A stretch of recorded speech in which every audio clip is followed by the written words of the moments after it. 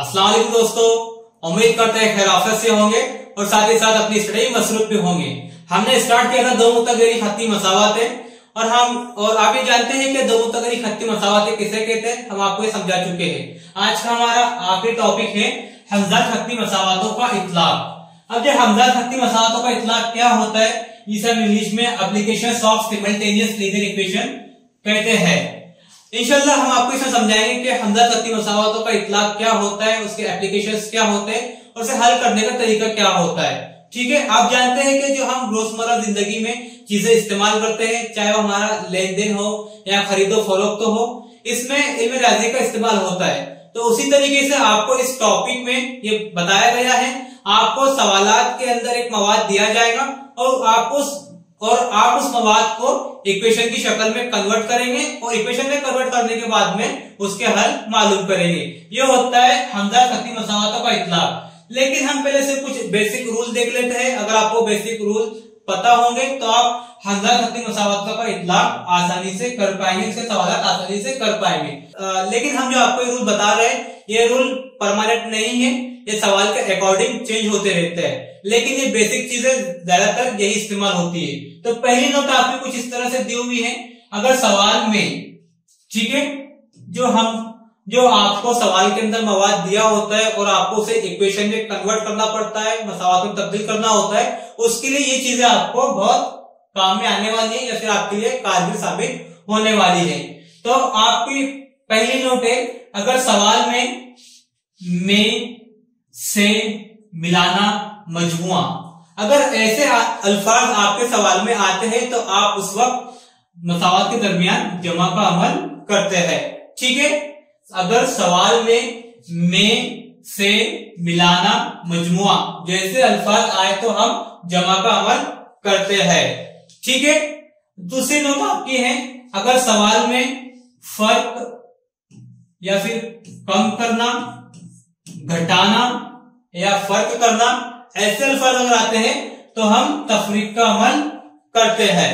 ठीक है, उसी तरह से ज़र्ब का भी होता है। ज़र्ब का कुछ इस तरह से, अगर सवाल में दुगना है ना या फिर का ऐसे अल्फाज आते हैं तो उस वक्त हम ज़र्ब का इस्तेमाल करते हैं। ठीक है, और तकसीम के लिए तकसीम का बांटना या फिर डायरेक्टली तकसीम आपको दिया हुआ होता है। तो जो हमारे मैथमेटिक्स के 4 फंडामेंटल रूल होते हैं, जो 4 हमारी अलामतें होती है, जमा, नफी, ज़र्ब, तकसीम, तो उसका इस्तेमाल हमें मसावात में किस तरह करना है तो वो आपको यहाँ पे बताया गया है। ठीक है, अब हम एक ज़ाब्ता देखते हैं, जो ज़ाब्ता आपको आपकी किताब में दिया हुआ है। वो ज़ाब्ता कुछ इस तरह से है, फासला इक्वल टू वक्त ज़र्ब रफ्तार। ठीक है, अब आप ये ज़ाब्ते के जरिए से 2 ज़ाब्ते तैयार कर सकते हैं। किस तरीके से कर सकते हैं, देखिए, अगर आपको रफ्तार मालूम करना है तो आप ये जो वक्त है, वक्त ज़र्ब में उसको बराबर की ये साइड लेके आइए, वो तकसीम में हो जाएगा, इस तरह से होगा, फासला बटे वक्त इक्वल होगा रफ्तार के। ठीक है, अगर आपको वक्त मालूम करना है तो ये फासला है, इसको ये साइड लेके आइए, सॉरी रफ्तार को ये साइड लेके आइए तो तकसीम हो जाएगा इस तरह से, वक्त इक्वल टू क्या होगा, फासला बटे रफ्तार। ठीक है, ये जो आपके 3 ज़ाब्ते हैं, एक ये फासला इक्वल टू वक्त इंटू रफ्तार, दूसरा ज़ाब्ता है आपका रफ्तार इक्वल टू फासला बटे वक्त, और तीसरा ज़ाब्ता है आपका वक्त इक्वल टू फासला बटे रफ्तार। आप इन 3 ज़ाब्तों के जरिए से फासला भी मालूम कर सकते हैं, रफ्तार भी मालूम कर सकते हैं और वक्त भी मालूम कर सकते हैं। ये 3 ज़ाब्ते इंशाल्लाह आपको सवालात के अंदर इस्तेमाल हुए हैं। तो जो सवाल में आपके ज़ाब्ते इस्तेमाल होंगे उस वक्त हम आपको और ज्यादा इसको एक्सपांड करके समझाएंगे। अब हम सवाल देखते हैं कि सवाल आपको किस तरीके से पूछे गए। तो आपका सवाल नंबर 1 है, सवाल नंबर आपका 1 है, 2 आदाद का फर्क 3 है, बड़े अदद के 3 गुना और छोटे अदद के दुगना का मजमुआ 19 है, वो आदाद मालूम कीजिए। ठीक है, जो हमने पहले आपको नोट में समझाया था कि अगर सवाल में आपको फर्क आता है तो आप मसावात में नफी का अमल करेंगे। ठीक है, और यहाँ क्या दिया हुआ है, 2 आदाद का फर्क आ गया, ठीक है, फर्क आ गया। तो आपको क्या करना है, दो आदत के दरमियान फर्क करना है। तो क्या ये दो आदत का फर्क 3 है? बड़े अदद के 3 गुना और छोटे अदद के दुगना का मजमुआ 19 है, वो आदत मालूम कीजिए। तो सबसे पहले हमें ये लिखना होगा कि बड़ा अदद कौन सा है और छोटा अदद कौन सा है। तो हम यहां फर्ज करेंगे,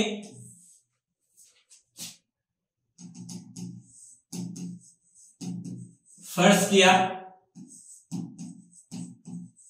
बड़ा अदद x और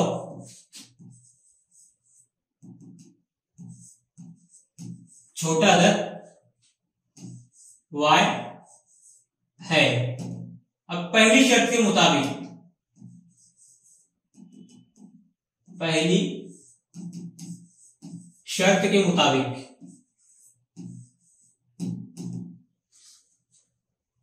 पहली कंडीशन क्या है, दो आदात का फर्क 3 है।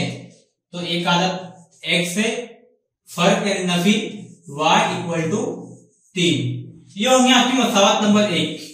ठीक है, उसके बाद यहां तक हमारा क्वेश्चन हो गया।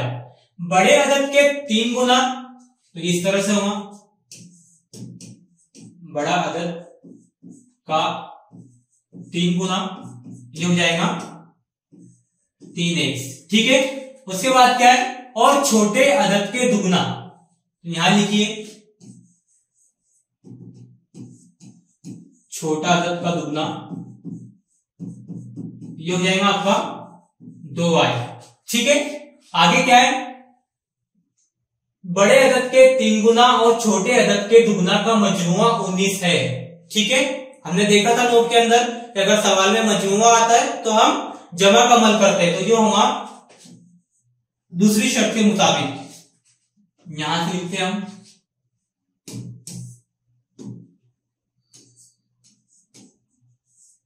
दूसरी शर्त के मुताबिक क्या होगा, फिर ये होगा 3x जमा 2y इक्वल टू 19। ठीक है, ये मसावत नंबर 1, ये होगी मसावत नंबर 2। अब आपको ये करना है कि मसावत नंबर 1 और मसावत नंबर 2 को देखिए, इसमें कोई ऐसा मुतगय्यर है जिसका हम इखराज कर सकते हैं। तो यहां देखिए x का करीब 1 है, y का करीब भी -1 है, और यहाँ पे देखिए x का करीब 3 है और y का करीब 2 है। अगर हम मसावत नंबर 1 को 2 से ज़र्ब करते हैं तो y का करीब जो है यकसा हो जाएगा। ठीक है, तो हम मसावत नंबर 1 को 2 से ज़र्ब करेंगे, मसावत 1 को 2 से ज़र्ब करने पर, ज़र्ब कीजिए इसको, ये हो जाएगा 2x Nafi 2y equal to 6, ये होगी आपकी मसावत नंबर 3। ठीक है, अब मसावत नंबर 3 और 2 को क्या करेंगे, जमा करेंगे हम। मसावत 2 और 3 की जमा करने पर किस तरह होगा, ये हो जाएगा 3x जमा 2y इक्वल टू 19। ये मसावत होंगी 2x Nafi 2y equal to 6। Answer क्या होगा आपका, आप जमा कर रहे हो जाएगा 5x, ये कैंसिल हो जाएगा, और ये होगा आपका 25। कितना होगा ये, 25। ठीक है, अब आपको इस तरह से लिखना है इसे,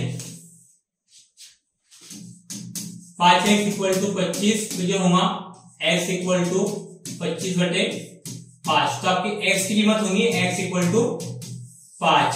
ठीक है, अब ये x इक्वल टू 5 मसावत नंबर 1 में रखिए, मसावत 1 में x इक्वल टू 5 रखने पर मसावत नंबर 1 क्या है, मसावत नंबर 1 है x नफी y इक्वल टू 3, x नफी y इक्वल टू 3। तो जो होगा x इक्वल टू 5 है, नफी y इक्वल टू 3, ये 5 जमा में, ये साइड जाएगा नफी में हो जाएगा, नफी y इक्वल टू 3 नफी 5। तो आपका आंसर होगा y नफी y इक्वल टू नफी 2, ये नफी नफी कैंसिल हो जाएगा और y कितना हुआ, y इक्वल टू 2। ठीक है, तो यहाँ पे x और y की कीमत मालूम हो गई, लेकिन हमने फर्ज किया था कि x जो है बड़ा अदद है और y छोटा अदद है। फिर हमें जुमला लिखना है, जुमला क्या लिखेंगे, दी हुई हमजा मसावात में। ठीक है, जुमला लिखना है आपको, बड़ा अदद 3 और 3 नहीं 5, x इक्वल टू 5 और छोटा अदद y इक्वल टू 2 है। ठीक है, इस तरीके से इसे सॉल्व किया जाता है। अब क्वेश्चन नंबर 2 है आपका।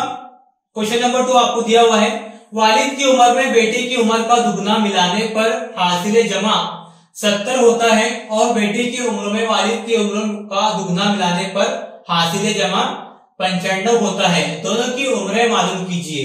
ठीक है, ऐसे क्वेश्चन में आपको यह करना होता है कि अगर आपको पूरा सवाल समझ में नहीं आ रहा है तो आप सवाल के हिस्से कीजिए।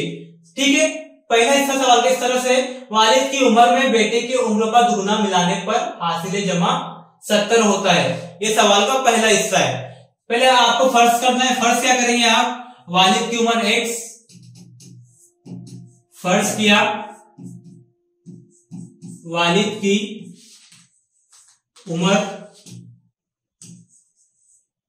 x और बेटे की उम्र y है। ठीक है, अब आपकी पहली कंडीशन क्या है, पहली शर्त लिखी यहां पर, पहली शर्त के मुताबिक वालिद की उम्र में बेटे की उम्र का दुगना मिलाने पर, तो यहां क्या होगा, वालिद की उम्र x है, अमल कौन सा हो रहा, अमल मिलाने का हो रहा, ये देखिए अमल मिलाने का हो रहा, तो जमा होगा बेटे की उम्र का दुगना, तो यहां होगा बेटे की उम्र y है और दुगना का 2 इक्वल टू, आगे क्या है फिर, हासिल जमा 70 होता है, तो ये होगा इक्वल टू 70। ये होगी आपकी मसावत नंबर 1। ठीक है, उसके बाद में यहां तक आपका सवाल हो गया। आगे क्या है, और बेटे की उम्र में वालिद की उम्र का दुगना मिलाने पर, बेटे की उम्र क्या है, बेटे की उम्र y है। ठीक है, अमल कौन सा हो रहा, अमल मिलाने का हो रहा, तो यहां जमा होगा। उसके बाद क्या है, बेटे की उम्र में, तो ये बेटे की उम्र हो गया, मिलाने पर भी हो गया, वालिद की उम्र का दुगना मिलाने पर, ये x वालिद की उम्र है और कितना मिला रहे, दुगना मिला रहे हैं, तो ये होगा 2x, ये इक्वल टू लीजिए, दुगना मिलाने पर हासिल जमा 95 होता है, तो यहां होगा 95, ये होंगे आपकी मसावत नंबर 2। अब आप गौर कीजिए, हमने आपको एक कॉन्सेप्ट समझाया था कि अगर जरीबों के मुतगय्यरों का तबादला हो तो उस वक्त हम क्या करते हैं, उस वक्त हम एक मर्तबा जमा और एक मर्तबा नफी करते हैं, है ना, ऐसा ही था ना। अगर हम ये करते हैं कि मसावत नंबर, देखिए यहाँ पे क्या है, x का ज़रीब 1 है और मसावत नंबर 2 में ही y का ज़रीब 1 है, और मसावत नंबर 1 में y का ज़रीब 2 है और मसावत नंबर 2 में x का ज़रीब 1 है, यानी यहाँ पे ज़रीबों का मुतगय्यरों के ज़रीबों का तबादला हुआ है, तो हम एक मर्तबा इसको नफी करेंगे, एक मर्तबा जमा करेंगे, इस तरीके से इसका आंसर आ जाएगा। लेकिन अगर हम मसावत नंबर 1 को 2 से ज़र्ब करते हैं तो ये जो है यकसा हो जाएगा और इस तरीके से आपका आंसर आ सकता है।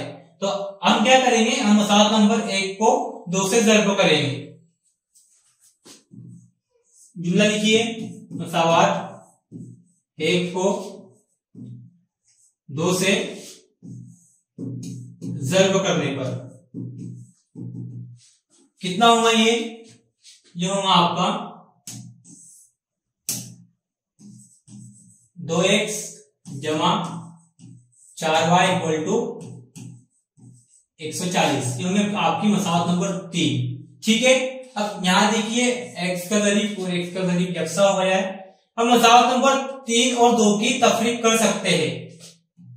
जुमला लिखिए यहाँ पे, फिर मसावत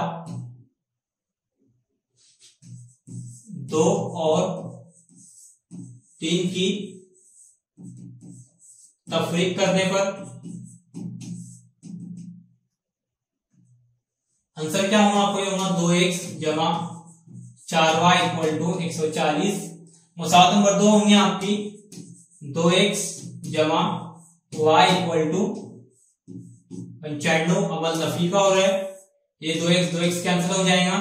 ये होगा आपका 3 इक्वल टू, अब ये देखिए 10 में से 5 जाएंगे तो कितना होगा? ये 5 बचेगा। अब यहाँ पे बचा आपके 3, 13 में से 9 गए तो कितना होगा? ये 4 होगा। ठीक है, तो ये होगा आपका y इक्वल टू 45 अपॉन, ये होगा 45 अपॉन 3। कट कीजिए इसको, 3 की 3, ये होगा 1, ये 5। y कितना है? y इक्वल टू 15 है। ठीक है, स्लाइड चेंज कीजिए, y इक्वल टू 15। अब मसावत नंबर 1 में y की कीमत रखिए। मसावत 1 में y इक्वल टू 15 रखने पर मसावत नंबर 1 क्या है आपके पास है? मसावत नंबर 1 आपके पास है x जमा 2y equal to 70।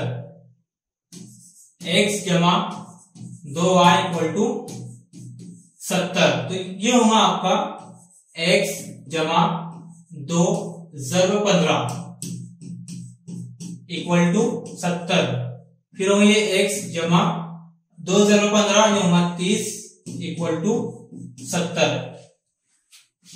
x equal to 70 दफी 30। ये 30 जो है जमा में ये साइड आएगा, नफी में हो जाएगा। आपकी x की कीमत होगी x इक्वल टू 40। ठीक है, तो आपको यहाँ पे x और y की कीमत मालूम हो गई। और हमने फर्ज किया था कि x जो है वालिद की उम्र है और y जो है बेटे की उम्र है। तो आपको यहाँ एक जुमला लिखना है, वालिद की उम्र 40 साल और बेटे की उम्र 15 साल है। ठीक है, तो आपको इस तरीके से क्वेश्चन हल करना है। स्टेप बाय स्टेप अगर आप हल करेंगे तो आपकी गलती नहीं होगी। लेकिन आपका जो इंपॉर्टेंट हिस्सा जो होता है वो होता है कि जो मवाद आपको दिया हुआ है सवाल के अंदर, उस मवाद को आप इक्वेशन में सही तरीके से कन्वर्ट करते हैं नहीं करते हैं। अगर आपने सही तरीके से मवाद को मसावात में तब्दील कर लिया तो आपका आगे का जो काम होता है बहुत आसान हो जाता है। ठीक है, अब ये आपको ये इतना बड़ा सवाल दिया हुआ है, कैसे हल करेंगे इसे? पहले तो हम सवाल पढ़ लेते हैं। सवाल क्या है? 10 टन की गुंजाइश रखने वाले बार बरदार ट्रक में ए और बी दो किस्म के मखसूस वजन के संदूक रखे गए हैं। अगर ए किस्म के 150 और बी किस्म के 100 संदूक रखे तो ट्रक की 10 टन गुंजाइश पूरी हो जाती है। अगर ए किस्म के 260 संदूक रखे तो ट्रक की 10 टन गुंजाइश पूरी होने के लिए बी किस्म के 40 संदूक की जरूरत होती है। तो हर किस्म के संदूक का वजन मालूम कीजिए। यह आपका इतना बड़ा सवाल दिया हुआ है, आप कैसे हल करेंगे इसे? बहुत आसानी के साथ में यह हल हो जाएगा। आपको क्या करना है कि जो ये आपको इतना बड़ा सवाल दिया हुआ है उसको आप 3-4 हिस्सों में तकसीम कर दीजिए। इसको आप 3-4 हिस्सों में बांट दीजिए। पहला आपका स्टेटमेंट है 10 टन की गुंजाइश रखने वाले बार बरदार ट्रक में ए और बी दो किस्म के मखसूस वजन के संदूक रखे गए हैं। यहां आपको फर्ज करना है, फर्ज कीजिए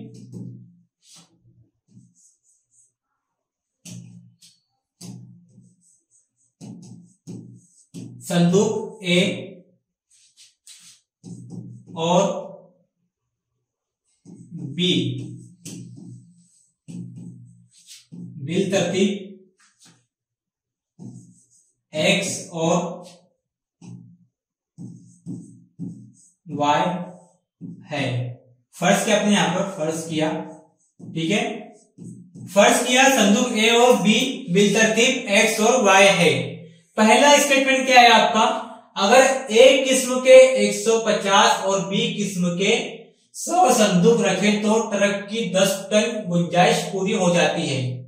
ठीक है, एक किस्म में कितने 150, तो आप यहां लेंगे, यहां देखिए 150 x जमा, उसके बाद क्या है बी किस्म के 100 संदूक रखे तो 100 y इक्वल टू 100 संदूक रखे तो ट्रक की 10 टन गुंजाइश पूरी हो जाती है, इक्वल होगा आपका 10। ठीक है, ये होगी आपकी मसावत नंबर 1। फिर आपको क्या करना है, ये आपका 150 है। ठीक है, मसावत नंबर 1 को 10 से तकसीम कर दीजिए। मसावत 1 को 10 से तकसीम करने पर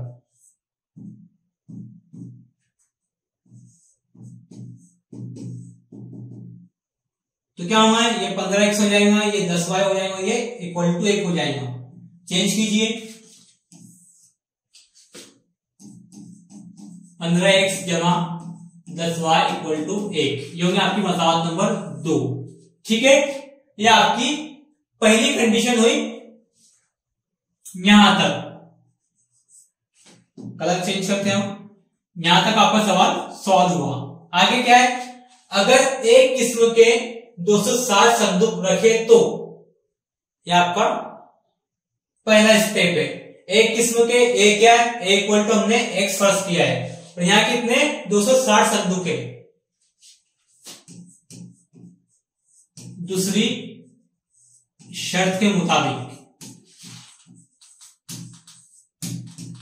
दूसरी शर्त के मुताबिक कितना है 260 x जमा, उसके बाद क्या है, एक किस्म के 260 संदूक रखे तो ट्रक की 10 टन गुंजाइश पूरी होने के लिए बी किस्म के 40 संदूक की जरूरत होती है। तो बी कितना है हमारा, बी 40 संदूक है, हमने बी फर्स्ट किया था y, तो हम यहां लेंगे जमा 40y इक्वल टू 10। ये हो गया आपकी मसावत नंबर 3। मसावत नंबर 3 को आप 10 से तकसीम कर दीजिए। मसावत 3 को 10 से तकसीम करने पर यह होगा आपका 26x जमा 4y इक्वल टू 1, ये होगी मसावत नंबर 4। ठीक है, अब मसावत नंबर 4 और मसावत नंबर 2 देखिए, इसमें कुछ यकसा दिखाई दे रहा है आपको, जरीब मुतगय्यर के जरीब यकसा दिखाई दे रहा है, नहीं दिखाई दे रहा है, तो हम ये कर सकते हैं कि मसावत नंबर 2 को 2 से ज़र्ब करते हैं और मसावत नंबर 4 को 5 से ज़र्ब करते हैं, तो हमारा y का जरीब जो यकसा, y मुतगय्यर का जरीब यकसा हो जाएगा। ठीक है, मसावत 2 को 2 से और 4 को 5 से ज़र्ब करने पर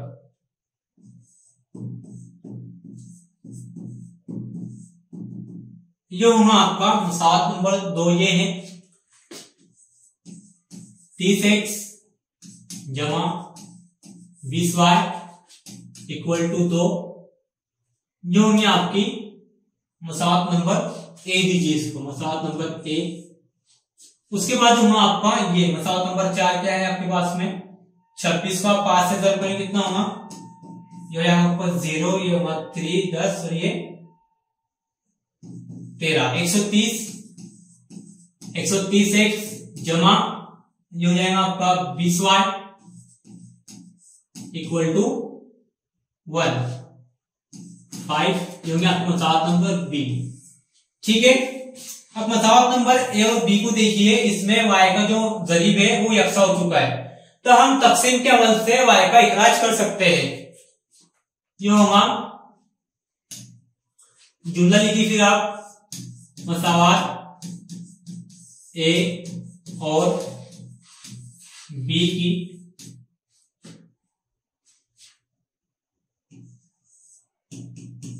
तफरीक करने पर,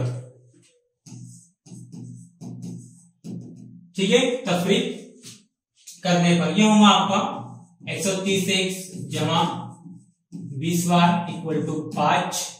फिर ये होगा 30x जमा 20y इक्वल टू 2। तफरीक कीजिए इसकी, ये हो जाएगा आपका 100x,